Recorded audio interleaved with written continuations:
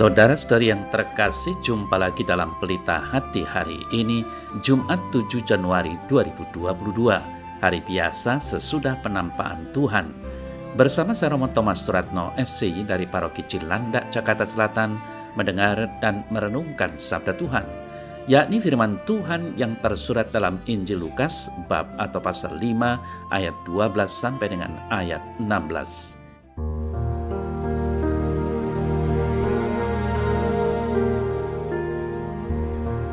Pada suatu kali, Yesus berada dalam sebuah kota. Di situ ada seorang yang penuh kusta. Ketika ia melihat Yesus, tersungkurlah ia dan memohon, "Tuan, jika Tuan mau, Tuan dapat mentahirkan aku." Lalu Yesus mengulurkan tangannya, menjamah orang itu dan berkata, "Aku mau, jadilah engkau tahir." Seketika itu juga lenyaplah penyakit kustanya. Yesus melarang orang itu memberitahukannya kepada siapapun juga dan berkata, "Pergilah, perlihatkanlah dirimu kepada imam dan persembahkanlah untuk pentahiranmu persembahan seperti yang diperintahkan Musa sebagai bukti bagi mereka." Tetapi kabar tentang Yesus makin jauh tersiar dan datanglah orang banyak berbondong-bondong kepadanya untuk mendengar dia dan untuk disembuhkan dari penyakit mereka. Akan tetapi ia mengundurkan diri ke tempat-tempat yang sunyi dan berdoa.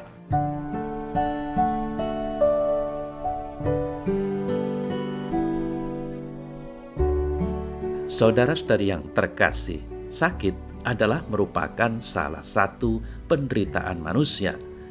Kebahagiaan tersendiri ketika seseorang terlepas dari penyakit yang menyiksanya.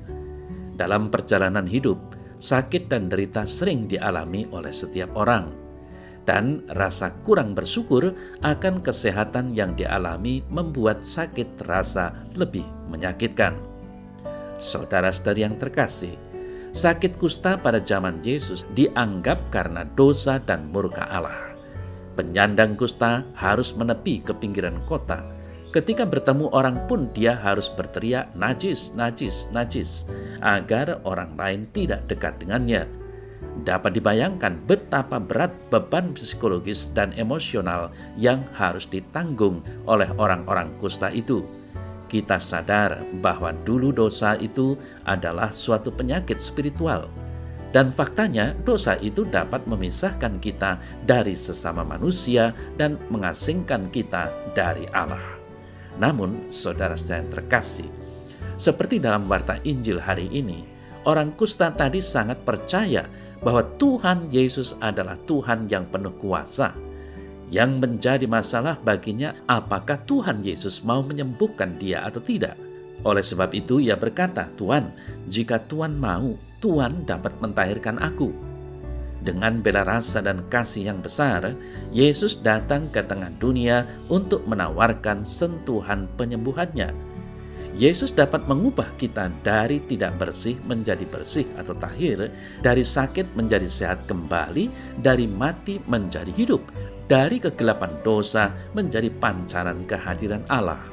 Ia mau datang untuk menyembuhkan kita. Darah yang dicurahkan dari lambung Yesus memiliki kuat kuasa untuk menyembuhkan kita jika berseru seperti si kusta tadi, "Tuhan, jika Tuhan mau, Tuhan dapat mentahirkan aku." Saudara-saudari yang terkasih, apabila dulu Tuhan Yesus selalu berbelas kasih dan menginginkan kesembuhan pada orang yang sakit dan menolong mereka yang menderita, maka sekarang dia juga masih tetap sama dan dia tetap mau menyembuhkan dengan belas kasihnya seperti yang dilakukan terhadap orang yang sakit kusta itu. Yesus mengulurkan tangannya, menjamah orang itu dan berkata, "Aku mau, jadilah engkau tahir." Seketika itu juga lenyaplah penyakit kustanya. Orang kusta ini kiranya mengajarkan kepada kita bahwa iman akan Yesus dapat merubah nasib seseorang. Mukjizat terjadi karena iman ada di dalamnya.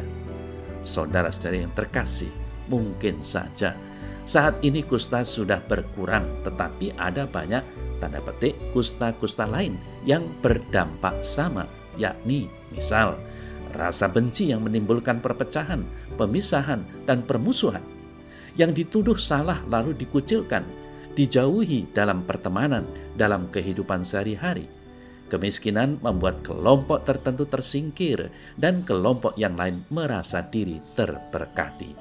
Tentu saja, saudara-saudari yang terkasih, kita tidak perlu menderita karena luka-luka kebencian, amarah, dan kecemburuan dalam hidup kita. Kita dapat disembuhkan dari dosa-dosa yang menular seperti kedengkian dan fitnah. Rasa takut dan rasa bersalah tidak perlu mengendalikan diri kita. Yesus telah mengampuni kita dan menawarkan damai sejahtera dan hidup baru dalam dirinya. Dengan mengenakan pakaian kebenaran, kita pun dapat berjalan di dalam terangnya. Ini adalah pesan pengharapan yang sejati bagi kita semua yang telah dipilih Yesus sebagai para pengikut atau muridnya.